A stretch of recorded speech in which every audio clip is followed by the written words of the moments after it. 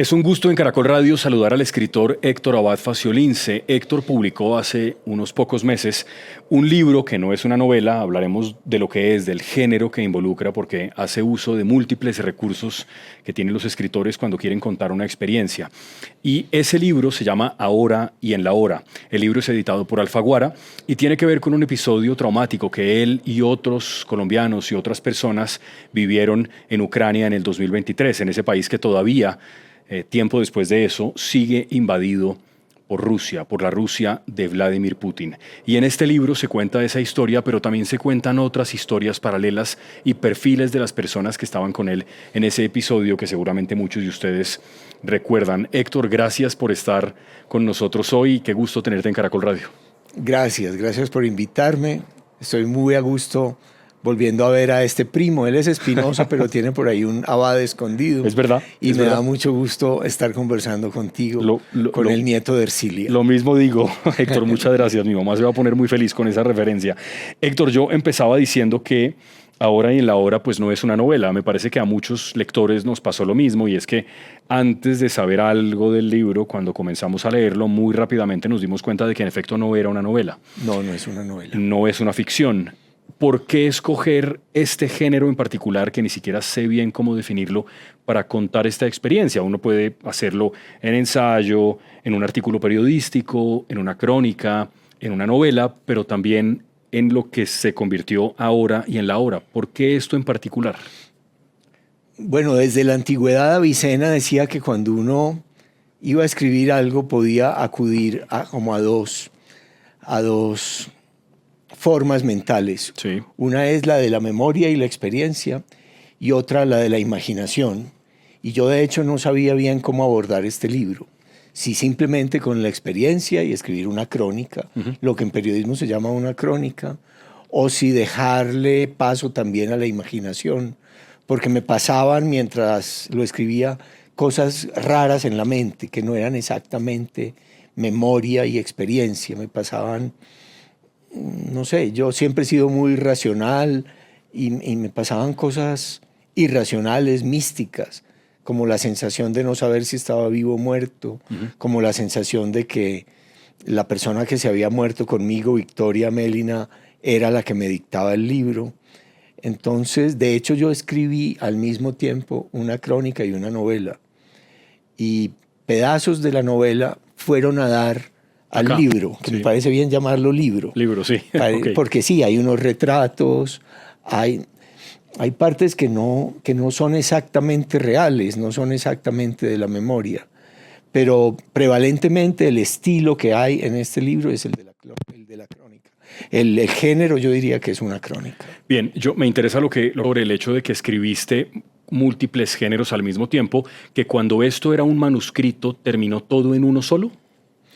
Cuando esto era un manuscrito era una cosa muy loca, porque era un capítulo, esta crónica que salió, sí, y un capítulo, una novela de un viejo, más viejo que yo todavía, más decepcionado de la vida que yo todavía, porque además de envejecido y perdiendo los sentidos, estaba viudo, que estaba obsesionado con que en Gaza hubiera una gran hambruna.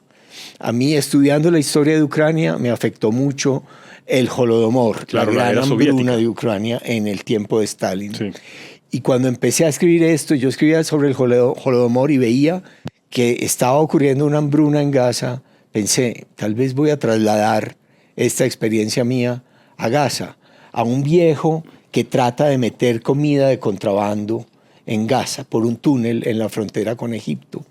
Y entonces, cuando yo les entregué a mis editoras, Carolina Reollo en Madrid y Carolina López en Bogotá. Las dos Carolinas de tu vida. Las dos Carolinas de mi vida, que yo les digo Carolina del Norte y Carolina del Sur, Ajá. Que son grandes editoras. Yo les entregué un libro mixto en el que un capítulo era este, de Ahora y en la Hora, y otro capítulo era la novela de Gaza que se llamaba y se llama Con tres dedos se escribe, como es obvio, sí, porque yo escribo a mano, pero duele todo el cuerpo. Sí.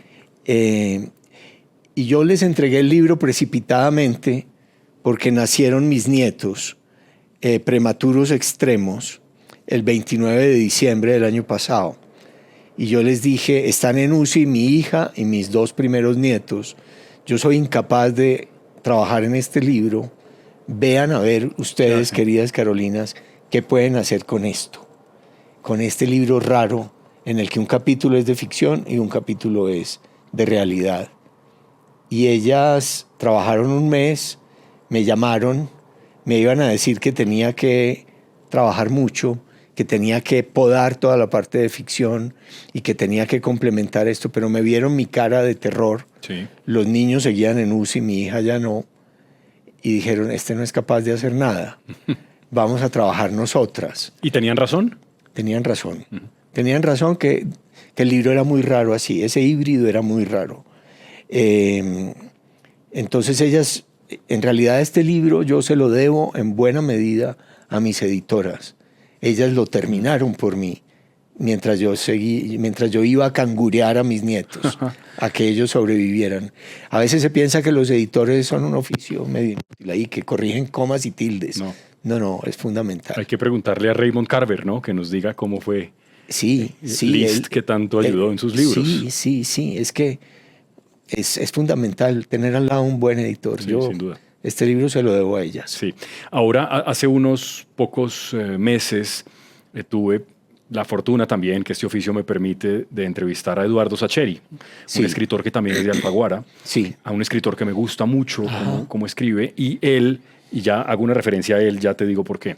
Porque él contaba en esa entrevista que es sobre un libro sobre la guerra de las Malvinas, pero que ocurre todo en la Argentina, en Buenos Aires en particular. Yo le pregunto en la entrevista que por qué tomó la decisión de contar la historia de las Malvinas, que para los argentinos sigue siendo tan fundamental, y supongo yo también que para los británicos en algunos sentidos, después de Maradona y todo lo que ha ocurrido, ¿por qué decide contarla desde Buenos Aires? Y él me dice que inicialmente había hecho una mezcla entre una historia que ocurre en Buenos Aires y una historia que ocurre en las Malvinas, la experiencia más militar de ese episodio. Sí. Pero que después había decidido que había que partir la novela y que iba a salir la segunda parte de la novela contada desde las Malvinas, probablemente en diciembre de este año 2025. Ahora el nexo con lo que me acabas de decir. Esa novela que se escribe con 3 dedos, o con 3 dedos se escribe, ¿existe todavía para ser publicada? Bueno, cuando ya salió Ahora y en la Hora, de repente recibo yo una llamada de mi agente, que se llama José Rafoso, que me dice, la FNAC, una tienda de muchas cosas que está en Francia y en España, con el regreso a la escuela de los niños en septiembre, octubre, regala siempre a los que compren libros una obra corta de unas 70, 80 páginas. ¿No tendrías algo que me pudieras dar para que la FNAC regale? Y yo le dije, pues tengo lo que mis grandes editoras podaron de Ahora y en la Hora, que fue la novela de Gaza, de un viejo que trata de meter comida de contrabando en Gaza. Y acaba de salir en la FNAC novenal, una edición novenal que regalan al que compre libros, que se llama Con 3 dedos se escribe, pero duele todo el cuerpo. O sea que ya existe. Que ya existe. Bueno, sí, ya existe. Una maravilla. Volviendo al libro en particular, me parece bien que le digamos libro ahora. Sí, digamos el libro. También así le digo yo al olvido que seremos, libro. Libro, claro. Claro, sí. Ya hablaremos del olvido que seremos también, porque precisamente ese es el motivo por el que tú terminas en Ucrania. Uno de los 2 motivos. Sí. Y es que un par de editoras jóvenes, tú lo cuentas en el libro, las describes de manera muy bella, que 2 editoras jóvenes sin plata, en un país invadido, en guerra y con temor, terminan haciendo una cosa medio loca y es creando una editorial para escritores, no sé si suramericanos, porque el primer publicado creo que es un portugués, ¿no es verdad? Para escritores de lengua portuguesa o española. Portuguesa o española, bien. Sí. Y te llaman cuando la guerra me parece que todavía no ha explotado. No había empezado, sí. Y te dicen, queremos publicar en esta editorial que se llama Macondo, creo que ya no se llama así. Se llamaba Macondo y ahora Compás. Bien. Queremos publicar El olvido que seremos y además traducirlo al ucraniano, un idioma del que creo que todos sabemos poco. Sí. Y esa es la razón por la que terminas allá inicialmente, ¿no es verdad? Sí. Digamos, ellas me habían invitado en el año 20 a la Feria del Libro de Kiev y el libro salió en ese año 20. Luego la invasión llegó en el año 21 No, espera, es en el 22, empezó la invasión rusa, Sí. apenas se acaba la Febrero pandemia. del 22. Febrero del 22. Y también me habían invitado y no pude ir. Finalmente en el 23 se vuelve a hacer la Feria del Libro de Kiev y yo no tengo ganas, mi esposa está furiosa con que yo vaya a Ucrania. Los hijos igual. Los hijos, mi hija no tanto, pero mi hijo sí. Pero ellas no tienen miedo de vivir en Kiev y a mí me da pena reconocer mi miedo y digo, bueno, entonces listo, yo voy. Yo voy y presento allá El Olvido que Seremos. Y Sergio Jaramillo, que había fundado este movimiento de latinoamericanos con Ucrania, Aguanta Ucrania, me dice, no, buenísimo, vamos también, tú que eres del movimiento, y presentamos Aguanta Ucrania en la Feria del Libro de Kiev. Entonces nos fuimos juntos en ese tren largo que atraviesa Ucrania desde Polonia hasta la capital. Y bueno, y eso era lo que íbamos a hacer. Ahí a Catalina y a Sergio se les mete en la cabeza que vayamos más allá. Yo eso sí que no quería ir, Sí. pero me dejo arrastrar y ahí es donde ocurre la tragedia. Catalina es Catalina Gómez, la gran periodista y corresponsal que ha Gran estado en periodista Oriente de Medio guerra. durante muchos años y lo conoce muy bien y que ahora, no sé si sigue en Ucrania, pero estuvo mucho tiempo allí. Ella sigue desde yendo, allí. ella es la única de nosotros que ha vuelto a Kramatorsk. Ella ha cubierto Gaza, ha cubierto el Medio Oriente, Libia. Sí. Ella tiene 20 años de cubrir guerras internacionales. Hay algo que me parece bien interesante para conversar, que está en el libro en distintos momentos, pero que a mí me parece que es una conversación muy interesante por múltiples motivos y que tiene que ver con el periodismo, por cierto. Cuando los periodistas hacemos el oficio de contar las cosas que ocurren, generalmente no cosas buenas, una guerra, una desestabilización política, los efectos brutales de una dictadura, la gente que no está en esos espacios, en esos sitios descritos, se imagina un país que se ha detenido, Sí. como un país de zombies. Pero realmente lo que ocurre puede llegar a ser bien distinto. Sí. Cuando llegas a Ucrania, que es un país que ya está en medio de una guerra absolutamente brutal, en Kiev, pero también en ese largo recorrido, en ese tren soviético, ¿qué es lo que ves? Bueno, no, los países en guerra, incluso en una guerra espantosa como esta, y los mismos soldados lo dicen, la guerra tiene pausas muy largas en las que parece no pasar nada. Y de repente llega el momento infernal, el infierno. Uno va por estas carreteras de estas planicies ucranianas, es como un altiplano sin grandes obstáculos geográficos. Eso hace que Ucrania haya sido tantas veces invadida. No es como nosotros que tenemos mares, ríos, montañas. Es muy difícil invadir a un país como Colombia. Hay incluso en la etimología de la palabra Ucrania algo relacionado con eso, ¿no es verdad? Tú lo explicas en el libro. Sí, yo no lo sabía, pero pues estudiando la raíz krai, que está en Ucrania, parece que es frontera. Entonces es una tierra de fronteras porque han sido una frontera entre Oriente y Occidente durante sus siglos de historia. Pero entonces, ¿qué ve uno? Ve uno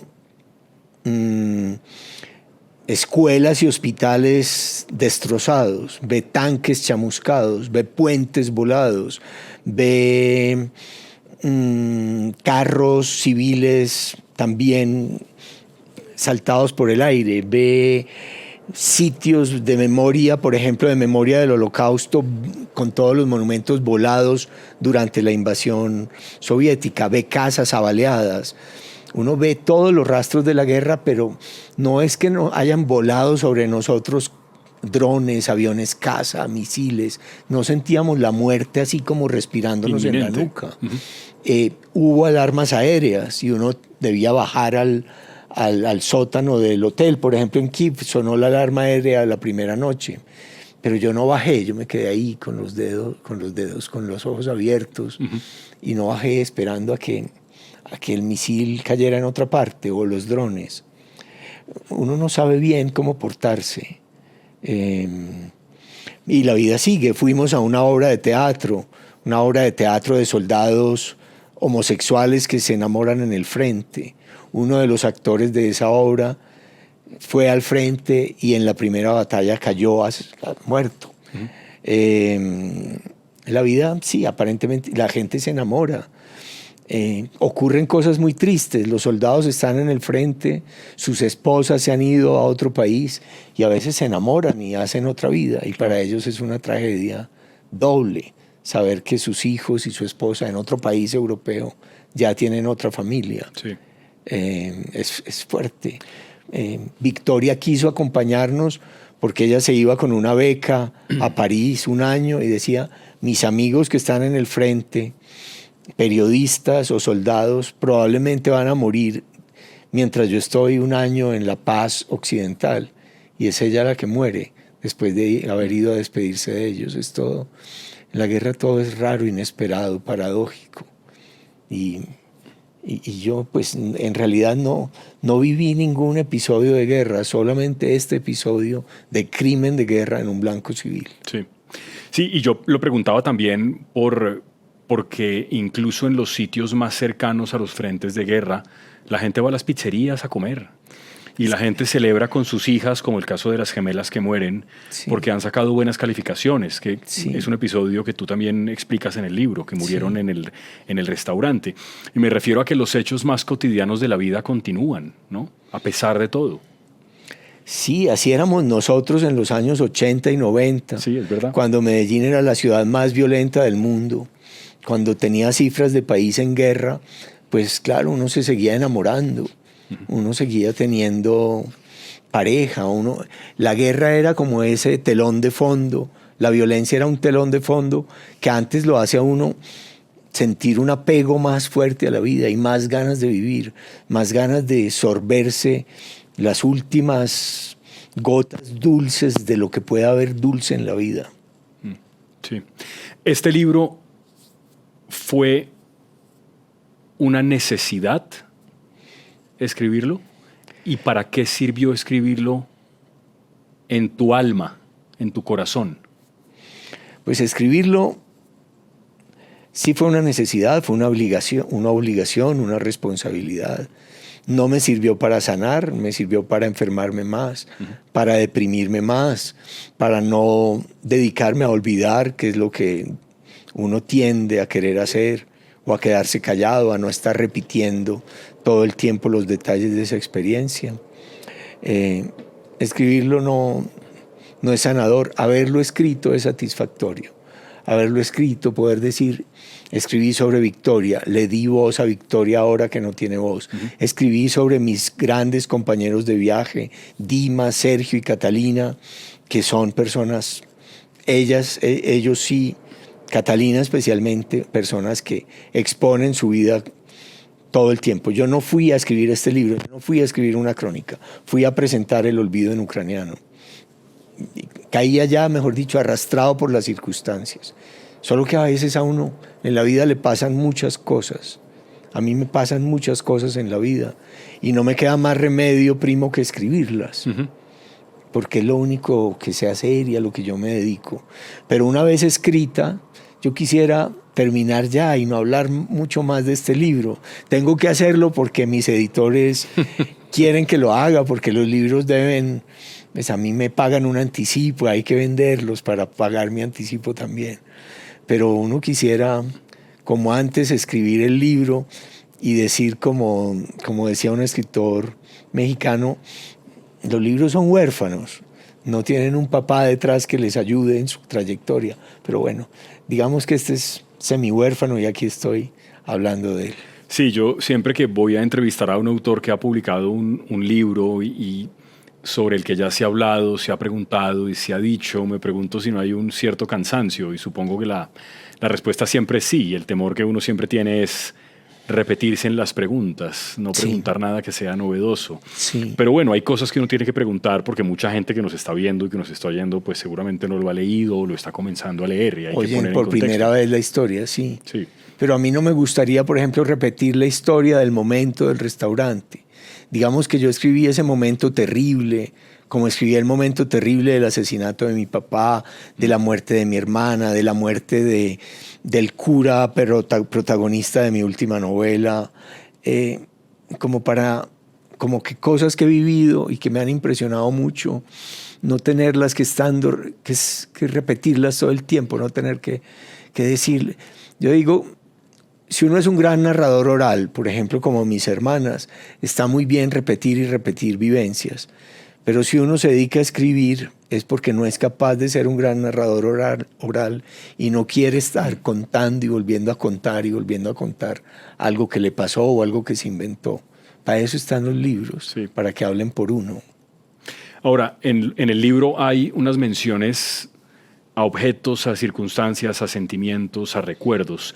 Hay un objeto en particular que yo me preguntaba si todavía tienes, lo que tenías puesto el día del misil. ¿Eso existe todavía? Sí, hay esas cosas que uno no tira a la basura, que uno no sabe qué hacer con ellas, como la camisa de mi papá cuando lo mataron, con su sangre que yo quemé después de publicar El olvido que seremos, o como la chaqueta que yo tenía cuando me mataron y no me mataron, cuando resucité de entre los muertos, más o menos, porque lo que había era un reguero de gente en ese restaurante y yo no sabía si estaba herido o no. Digamos que esta sí la lavé, no como la de mi papá, esta sí la lavé. Está ahí llena de manchones que no se borran. La tengo guardada en un closet y de vez en cuando la miro. No me la voy a poner en un acto exhibicionista. Y tal vez algún día en que ya piense que estoy como más alejado de ahora y en la hora, la queme también o la tire como ya un objeto que no necesito tener ahí como un acicate. En el caso de la camisa de mi papá era para que no se me olvidara que eso yo lo tenía que contar, que yo tenía que vengar a mi papá con palabras. Yo también la chaqueta era que yo tenía que darle voz a Victoria que ya no tenía voz, como un último homenaje a ella y también como un homenaje a los que hicimos ese viaje juntos. Yo diría que ya estoy preparado para quemar esa chaqueta. Bien. Eso me parece sanador. Parece como... Sí, es como una página distinta. Dejo de mirar hacia el pasado y trato de mirar hacia el futuro. Sí. Mirando no tanto hacia el pasado, sino más bien hacia este momento en el que estamos ahora volviendo a hablar de este libro y hablando de este libro y de esta experiencia. Una de las cosas que dices al principio es que es un libro difícil de escribir por múltiples motivos, porque olvidaste la sintaxis, la ortografía, porque se perdían las palabras, cosa que para un escritor tiene que ser una sensación de orfandad terrible. ¿A qué se lo atribuyes hoy cuando vuelves a pensar en el proceso de escribirlo? ¿Que pasara eso? Es que yo estaba muy mal psicológicamente. Yo estaba deprimido, yo tenía estrés postraumático. Yo fui donde varios psiquiatras, me recetaron antidepresivos. Entonces uno para escribir una experiencia traumática y dolorosa, para escribirla bien, tiene que repetirla en su cabeza con toda la intensidad posible, tiene que volver a sentir eso, el ruido de la guerra, el olor de la guerra, los gritos de la guerra, el humo, el polvo. Entonces pero eso va contra las pastillas antidepresivas que no quieren que uno piense en nada horrible. Claro. Para recuperarse. Entonces no me salía y no sabía cómo escribir este libro, no sabía si escribir una novela o una crónica. Escribía medio enloquecido de las dos cosas al mismo tiempo. A mí en realidad antes me salía muy fácil escribir, juntar palabras por escrito. En este libro era como si mi cuerpo y mi mente no pudieran. Repetía palabras, me equivocaba en la ortografía. Yo tengo una ortografía fácilmente buena. Y fue muy difícil escribirlo y muy doloroso y no fue sanador.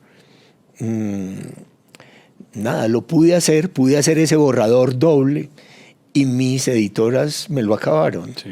Tuve esa gran suerte de tener dos grandes editoras. Pero las otras cosas que escribías paralelamente, tus columnas, ¿tenías el mismo problema o se limitaba a este libro en particular o a esto que había que escribir puntualmente? Pues yo ya más o menos sé cómo escribir mis columnas, porque llevo 40 años escribiendo columnas de opinión. Yo ya no me desespero cuando yo tengo que entregar los viernes a las 12 del día, cuando he hecho 2 borradores malos y me queda 1 hora de tiempo o hora y media. Yo sé que nunca en mi vida he dejado de mandar una columna prácticamente, a no ser que me vayan a operar de corazón abierto. Yo siempre termino, porque las columnas son un oficio también más humilde. Uno puede mandar una columna tiene que mandar una columna en la que no está completamente satisfecho. Porque lo más importante, dice mi director Fidel Cano, el columnista bueno es el que cumple, el que nunca falla, el que no me pone en un lío de no saber cómo llenar un espacio claro, reservado para él en el periódico, claro. sobre todo en el periódico en papel. Entonces, ahí hay una humildad del columnista, tú también eres columnista, de que uno lo tiene que hacer y lo hace, y a veces le sale bien y a veces no le sale tan bien. Cierto. ¿Y qué se va a hacer? Es así, el oficio es así. Son 52 columnas al año mínimo. Sí. A veces yo escribía más de una por semana. Entonces, digamos que hay un piloto automático de alguien que lleva 40 años escribiendo columnas, que sé cómo escribir una columna, incluso cuando estoy mal. Tengo un archivo en el computador que se llama Nevera, donde tengo muchos esbozos de columnas atemporales, que no son necesariamente sobre Trump, la ONU o Petro en la ONU, sino sobre poesía. Yo recurro a la poesía. Yo cuando estoy mal y no sé de qué escribir, escribo sobre poesía, sí, que es lo que más me gusta leer. Me gusta que se llame nevera la carpeta. ¿Es porque están como refrigeradas ahí o qué? Sí, están ahí sin que se pudran, sí, creo yo. Sí, claro. Atemporales, claro. Sí, y entonces yo recurro a la nevera cuando dos no me han salido, voy a la nevera. De manera que es justo decir que este es el libro más difícil que has escrito en tu vida. El que más me ha costado escribir, el que tuve que aprender a escribir y a mí nunca me habían terminado un libro. Yo hice una especie de trabajo de director de cine.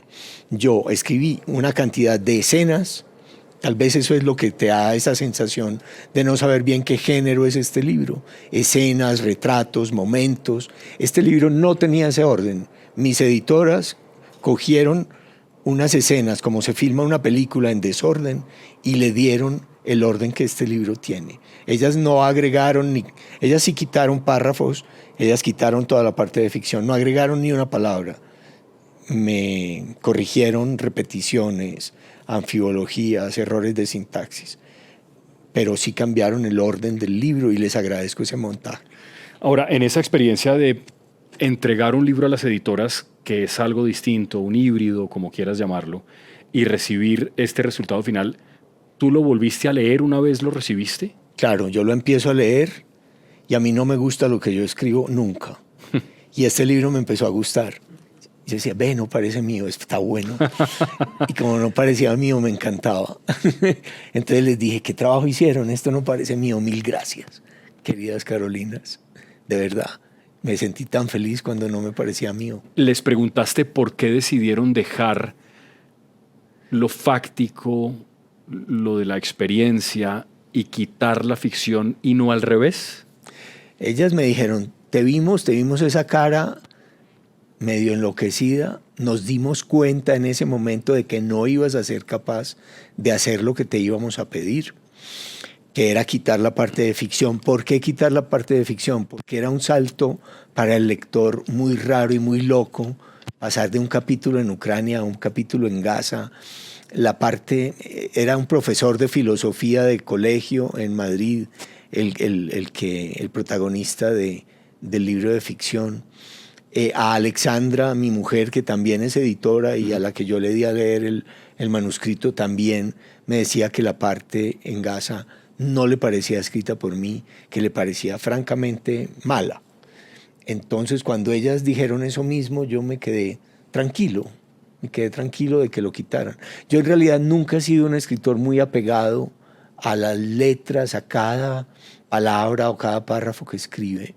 Cuando han hecho traducciones de libros míos, incluso del Olvido que seremos, algunos editores, por ejemplo el editor al alemán, quitó capítulos o pedazos de capítulos diciéndomelo, y yo le dije, sí, lo que te parezca bien, no tengo ese apego. Sobre eso del Olvido que seremos y del título que le dan en ucraniano, es bien interesante la anécdota que cuentas ahí y las dudas que hay sobre la forma como se hace la traducción. Eso lo dejo para que lo descubran los lectores, pero vale mucho la pena, es bien interesante. Héctor, ¿cómo le cambia a una persona, o a ti en puntual, en particular, la vida después de una experiencia tan cercana a la muerte, si es que algo cambia? El tiempo, el cuerpo, la edad, los otros. Sí, Cuando yo fui editor en la editorial universitaria de EAFIT, publiqué un libro que me gusta mucho de cuentos de Miguel, ¿cómo se llama? Por Dios, es Miguel de Envigado, que se llama Los amigos míos se viven muriendo. Sí, ya sé, pero ya sé quién es. Bueno, lo he leído, qué sí. pena, Miguel, que se me olvidó tu apellido. Yo siento que yo me vivo muriendo, que como, bueno, todos estamos muriéndonos día a día, pero cuando la muerte llega mucho, mucho más cerca, sí hay cosas que te dejan muy, muy afectado. Pero en realidad a mí lo que me cambió, y lo que me cambió para bien, y lo que me permitió dejar los antidepresivos, fue el nacimiento de mis nietos y que sobrevivieran y que están bien.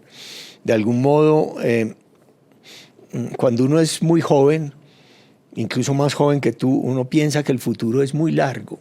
Cuando uno tiene 18 años y piensa en la muerte, piensa que sí, y uno calcula que uno se va a morir, pero eso le parece que está como a unos 450 años de distancia, sí, medido con el tiempo de la juventud, con el tiempo que uno lleva vivido.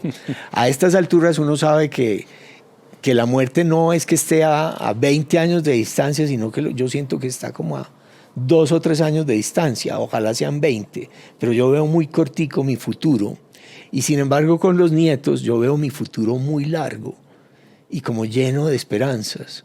Yo, en esa cosa medio mística en la que yo estaba, cuando mi hija me dijo que estaba esperando gemelos o mellizos, pensé, las de Ucrania van a sobrevivir, estas muchachas ucranianas que mataron frente a mí, qué bueno, y van a sobrevivir aquí, en mi familia, en la gente que yo más quiero.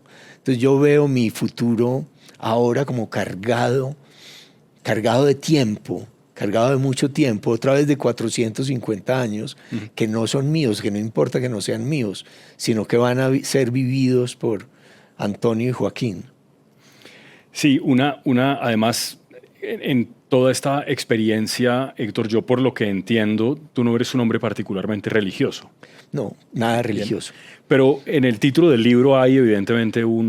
una aproximación a una oración que los católicos, incluso que no son practicantes, pueden repetir en momentos de angustia. Sí. ¿No sí, es cierto? Sí, es ahora y en la hora de nuestra muerte. Claro. Hay oraciones muy bonitas. Antonio Caballero decía que el Padre Nuestro es muy bonito porque no tiene ni un solo adjetivo. Y eso es verdad. Es verdad, yo nunca me había caído en cuenta de eso, es cierto. Es muy linda que Sí. no tenga ni un solo adjetivo, es una oración bonita. Y el Ave María, pues para mí, en la casa de mi abuela rezaban el rosario, mi tío, cura, y eso era para mí un momento como aburrido. Pero esas letanías, esas cosas que se repiten, son un poco como la poesía, como los mantras. Repetir y repetir algo produce una especie de estado mental de tranquilidad, como posterior a la meditación. Sí. Entonces yo, sin ser religioso, no sé, digamos que me gustan ciertas cosas de la religión en la que no creo, pero en la que fui criado. Decía un filósofo italiano, Benedetto Croce, decía, non possiamo non dirci cristiani, no podemos no decirnos cristianos, uno es irremediablemente cristiano, uno creció ahí, de ahí venimos. Sí. Y hay el inicio de un libro que a mí me acaba de pasar lo mismo que con Miguel, se me escapa el autor ahora, pero es un inicio de un libro que me gusta mucho que dice, no creo en Dios, pero lo echo de menos. Ya. Y eso me pareció, es una manera muy particular de empezar a hablar de esto, ¿no? De eso que estás diciendo, y es cierto. También hay un libro de Humberto Eco que empieza parecido, que empieza diciendo, a veces se me olvida que soy Dios. Bueno, y Eco estuvo cerca de serlo casi, ¿no? Después de publicar lo que ha publicado. En todo caso, Héctor, yo leer este libro fue gratificante en múltiples sentidos. Por una parte, hay una reconstrucción histórica breve, porque no es un libro sobre la historia de Ucrania, de lo Sí. que ha sido Ucrania. Sí. Y me parece que eso es también una manera de respetar un lugar en el que has estado y en el que has vivido algo tremendo, pero en el que ya no estás y allá lo siguen viviendo todos los días. Miles de Héctores Espantoso. que Sí. van caminando por la calle esperando que les pase algo así. Sí. Y esa es una forma, me parece que respetuosa de hablar de la historia de un país que es lejano a Colombia, pero que tiene tantas similitudes con lo que aquí hemos vivido durante tanto tiempo. Y luego los perfiles de estas personas que viajaron contigo, la recreación obviamente del momento particular de la bomba, de ese crimen de guerra, el agradecimiento a personas que han permitido que este libro sea posible, a pesar de la circunstancia trágica que te lleva a escribirlo, el homenaje a las 2 editoras en Ucrania, y ahora, sin decirlo también en el libro, pero el homenaje a las 2 Carolinas de tu vida. Sí, ¿no? sí. De manera que yo creo que el libro, Héctor, es... ojalá no dejes de hablar de él todavía. Bueno, gracias, primo. Voy a intentarlo. Que podamos Voy a seguir... superar mi malestar. Sí, yo de creo repetirme. que es importante seguir hablando del libro y de esa experiencia de lo que te pasó en Ucrania. De verdad, gracias por acompañarnos hoy, Héctor. Ha sido una maravilla de conversación. ¿Tienes algo que estás leyendo ahora? Bueno, yo siempre estoy leyendo mucha cosa. Estoy leyendo, a mí me gusta mucho, me consuela mucho leer poesía. Sí. Estoy encantado con un poeta ítalo-mexicano, Fabio Morábito, que ahora en la fiesta del libro de Medellín fui a oír una lectura de sus poemas y me fascinaron 2 en particular. Uno que habla de los cafés pendientes, de una costumbre que hay en Nápoles, o había, porque ya parece que no existe, de que la gente va a su café, al bar donde va siempre a tomar café, y deja un café pago. Y a veces la gente que no tiene plata para tomarse un café pasa al café y dice, ¿hay algún café pendiente? No, que es esta maravilla. Un café sospeso se llama. Y entonces él hace un poema al café pendiente. Él dice que a él no le gusta el café, pero que él va a los cafés en México, donde vive, donde sabe que hay cafés pendientes, y pide un café pendiente, y cuando se lo dan, deja 3 cafés pagados entonces me pareció muy bonito para un país cafetero, Sí. que hubiera una costumbre tan sencilla y tan linda como el esa. café pendiente. Sí. Por ejemplo, ese poema me encantó. Otro sobre las orejas. El de las orejas es muy gracioso. Él dice que uno tiene 2 orejas, una para oír a los vivos y otra para oír a los muertos. Como a mí me salvó mi oreja para oír a los muertos, que es la derecha por la que no oigo. Sí. Y él dice... Que fue el lugar por el que te cambiaste de sitio en el restaurante. Eso, exacto, sí. fue por motivo de no oír por este oído derecho. Y él dice, antes teníamos 3 orejas, pero como no cabía en la cara la tercera, se metió en la oscuridad del pecho y palpita, y es la oreja que mejor oye y la que nos hace realmente distinguir las cosas y el bien y el mal. Y me pareció también un poema muy sencillo y muy bonito. Sí. Eso he estado leyendo. Bueno, Héctor, gracias. A propósito, la frase que dije hace un rato de no creo en Dios, pero lo echo de menos, es de Julian Barnes. Es una novela de Julian Barnes que comienza con esa frasecita y luego desarrolla la novela. Sí, hay una nostalgia de cuando la gente creía en Dios, Sí. que tenemos los ateos, porque era un consuelo. Era un consuelo, sí. Y hay algo en la ritualidad de, como dices, las oraciones y el ritual Sí. de la Eucaristía que yo creo que es valioso, ¿no? Que hay que tratar muy de- bonito, es hay muy que mantener. bonito. Héctor, gracias por acompañarnos este día en Caracol Radio y por hablar de este libro con nosotros. Gracias. Gracias, primo, por esta Primo, lo mismo. entrevista tan amable. Chao. A ustedes, gracias por estar acá.